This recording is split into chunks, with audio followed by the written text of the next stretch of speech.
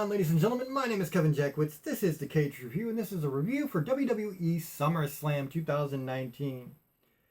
So, following a very, very, very good NXT takeover, and honestly, several very good Raws, I wanted to see how the first pay-per-view was going to work out, and I gotta be honest, it was a little bit of a disappointment. We're going to get into that. So the pre-show was just completely a disappointment. Honestly, the pre-show did nothing for me at all. Oni Lorcan versus Drew Gulak is the first match. I'm really not familiar with Oni Lorcan. I don't watch 205 Live that much at all, really. And so I am a little bit more familiar with Drew Gulak, but this match from 205 Live was a lot slower paced. There was a lot of locks and holds. Really didn't get the energy going like I usually expected to from guys from 205 Live. And so, honestly, this match for me didn't do much for me. Drew Gulak won. There you go. Then you have Apollo Crews versus Buddy Murphy. And this was a match thrown together literally so Rowan could come out and throw Buddy Murphy all over the place. It was a DQ. Buddy Murphy wins via DQ. He gets his ass handed to him by Rowan because he said Rowan's name on SmackDown when talking about who drove the car into Roman Reigns' car. And there you go. The best part of the pre-show was Elias comes out. He's in the ring. He's got his guitar. He's tearing down Toronto. Out comes Edge, which was very, very cool. I love seeing Edge anytime in a WWE ring. And he actually spears Elias, which was cool. So he does his little Edge thing where he grabs his hair and goes crazy for a second. But it was cool, man. I liked it. I really did. After that, you have Alexa Bliss and Nikki Cross versus the Iconics. It's their return title shot. I don't like the Iconics. They're not good at all. So this match wasn't going to be good. Alexa Bliss and Nikki Cross keep the belts, thank God. So hopefully we're over all that. That brings us to the main show, which is a submission match versus Natalya and Becky Lynch. Honestly thought the match could have been better. Becky Lynch did a lot of really good holds, a lot of good submissions. They were making Becky Lynch look strong. They were making Natalya look not that great at all. And she's one of the best female wrestlers there is, period. I don't really understand the format of the match or what they were thinking. At the end of the day, they both traded like Becky had Natalya in the sharpshooter. Natalya had Becky in the disarmer. At the end of the day, Becky gets the disarmer on Natalya and gets the tap out. Get a backstage Trish Stratus interview where, she was talking about the butterflies and, does she still have it? And it was all right. From there, you get Dolph Ziggler who cuts a promo. And while he's talking, Goldberg's music hits. Goldberg comes out. Ziggler surprises Goldberg with a super kick, and it really surprises everybody because it was out of nowhere. Goes for the pin really quick. He gets a 2 count. Does the same thing again, and then Goldberg hits him with a spear out of nowhere. Hits a jackhammer. Pretty quick match. Exactly what you would expect. What I liked about this was that they kind of extended the role a little bit because Dolph Ziggler, after the match, he's talking cash shit to Goldberg as he's walking up the ramp. Goldberg comes back down, hits him with another spear, goes through the backstage area. Dolph Ziggler grabs the microphone again, still talking shit to Goldberg. Goldberg comes back out, picks Dolph Ziggler up, who could barely stand at that point, and he just kind of pats him on the face like he's going to walk away, and then does a running spear off the ropes and hits him again. So it was really good. The spears really looked good. A, because it's Goldberg, he's got a lot of power, but B, Dolph Ziggler can sell his ass off. And so it really was a team effort there to make it look as good as it did. Very, very cool. Then you get New Day, Drake Maverick promo, which really did nothing for me. Ricochet versus AJ Styles with the OC at ringside. It was a really good match. It was exactly what you would expect. The heel uses his 2 goons. They distract Ricochet. AJ Styles capitalizes, gets the win. AJ Styles is still the champ. But a really good match, man. Exactly what you would expect from these two. High flying, fast paced, just really adrenaline rushed. So I liked it. From there, you get a Street Profits Ric Flair promo. I like the Street Profits. They're funny. Ric Flair, he's a little awkward now, but we'll just let it go because it's Ric Flair. And then you get Ember Moon versus Bayley. Decent match.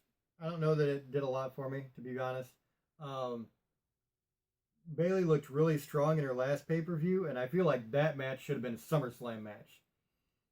This one, it was just alright. Bayley picks up the win. There you go. Kevin Owens versus Shane McMahon with Elias. This, I'm going to have a big issue with, because this is Tuesday, and I just watched SmackDown. So I'm going to talk about that review, why I have such a big problem with this. But Owens versus Shane McMahon is exactly what you would expect it to be. It was a decent match. Elias tries to get involved. Kevin Owens slams a chair over Elias several times and then takes out Shane McMahon. Kevin Owens gets the win. So Shane McMahon is supposed to be gone. We'll get to that on Tuesday's review. Charlotte Flair versus Trish Stratus. I gotta say, I was a little worried about this. Trish Stratus, she's 43. Has not been in the game for a long time. But it was a really good match. I really liked it. This was the best women's match of the night, in my opinion. And I would say almost without argument. Charlotte Flair and Trish Stratus really brought it. They had some really good back and forths. At the end of the day, they gave it to Charlotte Flair, which kind of makes sense. You know, Trish Stratus coming back. She wants her final match, and she did really good. She was really strong in the match. But they're keeping Charlotte Flair the beast, which is cool. From there, you've got Randy Orton versus Kofi Kingston. It was a decent match. It honestly could have been a lot better, and I really didn't like the finish because there was a situation where they're both outside the ring, right in front of Kofi Kingston's family. Randy Orton starts jaw-jacking with Kofi's kids. Kofi just kind of goes ballistic, starts whipping Randy Orton's ass all over the outside arena, and it winds up in a double count-out. So, I don't know. The fans were chanting bullshit, and that kind of really says how a lot of people felt about it. From there, you did finish on a pretty high note. The last two matches I thought were very, very cool. Finn Balor versus The Fiend was next. And it was the first time you got to see Bray Wyatt in his Fiend persona. And his lantern that he usually carries to the ring is now a replica of Bray Wyatt's head, full with the dreads that kind of make up the handle, and his mouth is open wide to have the lantern part. It was really actually kind of creepy in a way. I really liked the usage of light that they had, and the theme song from Bray Wyatt's previous song was updated a little bit more rock metal, and so it was pretty cool. The match itself was pretty much Bray Wyatt dominating most of the match.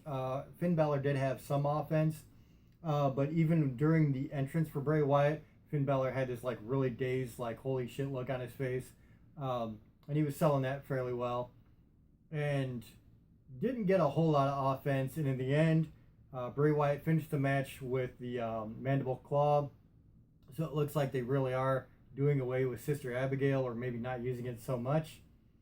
So it was a very, very cool opening match for Bray Wyatt with the new character. The lights went dark for a second. They came back on. The Fiend was gone. Crowd was chanting, "That was awesome."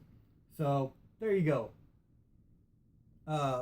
Very cool opening for The Fiend. And then you have Seth Rollins versus Brock Lesnar for the final match. And this is the basic David and Goliath story where Seth Rollins, he's been beat down for 2 weeks in a row, really bad. He comes in hurt. Brock Lesnar exploits his weaknesses. Rollins has got this big uphill battle to fight. And it was cool because there was one point where Seth Rollins had taped ribs, and Brock Lesnar actually grabbed the tape that was wrapped around Seth Rollins' body and used it to fling him across the ring. Just a lot of hard-hitting stuff like that you come to expect from Brock Lesnar. And in the end of the day, I think it was like a third curb stomp that Seth Rollins hit on Brock Lesnar. Finally got the win. Seth Rollins beats Brock Lesnar. He is still the Beast Slayer, new Universal Champion. So with all that put together, I mean, the pre-show was just bad. There's no getting around it. It was really bad. The main show was pretty split. I really like Seth Rollins, Brock Lesnar. I like The Fiend. I like Charlotte Flair, Trish Stratus quite a bit. I liked what they did with Goldberg. I thought it was as good a usage as they could possibly have for him. AJ Styles and Ricochet, you know, is going to be good. So that only leaves a few things that were really not so great, and a lot of that was on the pre-show. So overall, it was lacking. It was not as good as I wanted it to be. Coming off of, NXT TakeOver, you really wanted him to make a statement and show them that now that Paul Heyman is in charge of Raw, and I still can't think of the dude's name that was running SmackDown, you really wanted them to bring the A game, and I don't believe this was the A game. It was not bad, but it was not the A game. So overall, I'm going to give it a 6 out of 10. 6 because there was a lot of stuff in here that I did not like. And for this big of a pay-per-view, and the timing when, they're clearly trying to battle with AEW. Everybody says they're not, but obviously they are. Otherwise, the product wouldn't have gotten this much better this quickly. I think 6 out of 10 is fair. It was a good show. I was entertained. They finished on a high note.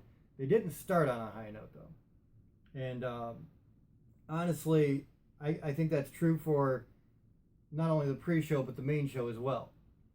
So I think that's where I'm at. Let me know what you guys think in the comments. If you enjoyed this or if you agree, hit the like button, subscribe, and share. My name is Kevin Jackwitz. Kaged Nation, out.